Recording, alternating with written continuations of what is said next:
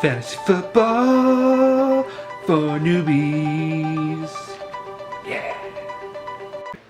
So what is up, everyone? Welcome back to another one of Fantasy Football for Newbies. So, what I'm going to be talking about in this video is managing your team. So you've drafted, you got your team set up. Now what you got to do is you got to get all of these positions filled, your starting 9 for your first week.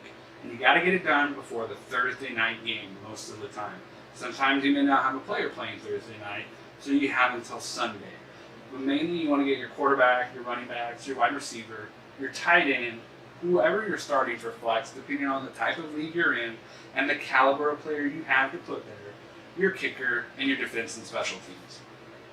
Now, you also have 6 bench spots. Now, let's say you're in week 4. That's usually the first week of bye weeks. And guess what? Your quarterback is on bye week that week.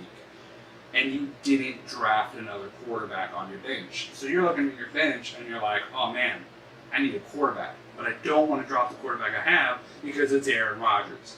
So what you do is you then go over to what is called the waiver wire. And this is where all the free agent, running back, quarterbacks, wide receivers, tight ends, things like that, you get the nature of it. All of these extra players are sitting there because, as you can see, you only have 15 slots. Everyone in the league has 15 slots. So if you have 10 players in your league, that's 150 players that are spoken for, but there are more than 150 players that actually play on the field at any given time. So guess what? You're like, well, man, I've got this wide receiver over here who has not been doing anything all year.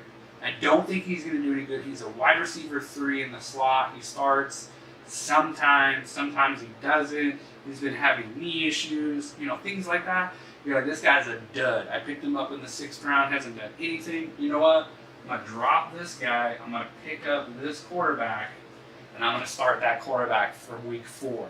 Now, what you could either do is keep this quarterback stashed on your bench, or you can immediately drop him and go pick up a different player after he's filled in your bye week. Now, if you've got someone like Aaron Rodgers, we've been having, I hate this, but he had that collarbone issue. The majority of the time he stays healthy. But it's football, you never know. So you know what, you may want to just stash that quarterback in case something happens later on down the road. Or you can be like me and some other people out there who just don't want to stash a quarterback. You want to have as many wide receivers and running backs as possible. That's a valid strategy as well. Some of you like to play it safe. Sometimes playing it safe pays off. It's all up to what you want to do. But the point is you're going to want to fill in your bye weeks. Same with, okay, let's say this wide receiver gets hurt. Okay? He's a wide receiver 2. And you're like, man, I got one on the bench here I can plug in. So what you do is you take him, you put him in here, and you drop this guy, and you go pick up another one off the waiver wire because this guy's out for the season. Maybe he tore an ACL. So you bring in your one from the bench and you pick one up to put on reserve because now you got an open spot because that guy's out for the rest of the season. There's no reason to keep him. One of the main times you will drop a star player or not start a star player is if they are injured. So if you draft Antonio Brown in the 1st round, you are playing that guy every week unless he's on bye week or injured. My main rule of thumb is whoever you draft in the first 3 rounds, they are starting every single week unless they're hurt or they're on bye week. The reason being is in the first 3 rounds, those are usually the best players out there to be picked. Now, some people will argue with me and say only the first 2 rounds. I think it's the first 3 rounds because if you're in a 10-man league, there's 30 players that got picked. Top 30 players are usually the best players out there. Now, you will have, like, one year I drafted Jeremy Hill, and he was just an absolute, dud. He was terrible. And I started him every week, and he did absolutely nothing for me. And I hated it because I picked him in the round 3. But, hey, I picked him in round 3. He was an absolute stud the year before, and then he turned into a dud. That can happen. But if you pick a stud, you start him. That's how I have always done it. And I've won a couple championships, so Anyways, not saying that I'm always right, but the point is usually if you draft a stud, play him. So what you're going to be doing throughout the season is you're going to be managing your team by dropping players, adding players, switching them off your bench into your roster, because you're going to have bye weeks, you're going to have injuries, you're going to have people that you drafted in the 7th round and you thought was going to be the diamond that doesn't, diamond in the rough. He was going to be the one that just breaks out and he does absolutely nothing.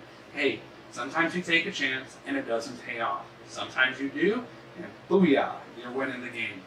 I had one year where I picked Tom Brady in the 11th round. Yes, you heard that right. The 11th round, because he had his 4-game suspension. Guess what? He didn't have a 4-game suspension at the start of the season, and I had Tom Brady at round 11 starting week 1. So sometimes taking a risk will pay off. Sometimes it doesn't. You just got to know when you take that chance, do you have that gut feeling? Because a lot of the times your gut is right. Anyways, enough about corner cases, enough about scenarios like that. It's very simple. It's very easy to manage your team. Depending on the platform you're using, that's where it gets a little tricky on how you actually go through the adding and dropping. But the basic, simple concept of doing this is you take a player, you move them to the bench, you move a player in, just like they would out on the field. Simple as that. Hope you guys got something out of this one. If you didn't, you got a question, leave a comment below. Be sure to, I'll be more than happy to answer any questions you guys have. But I hope to see you guys in the next video, and have a wonderful day.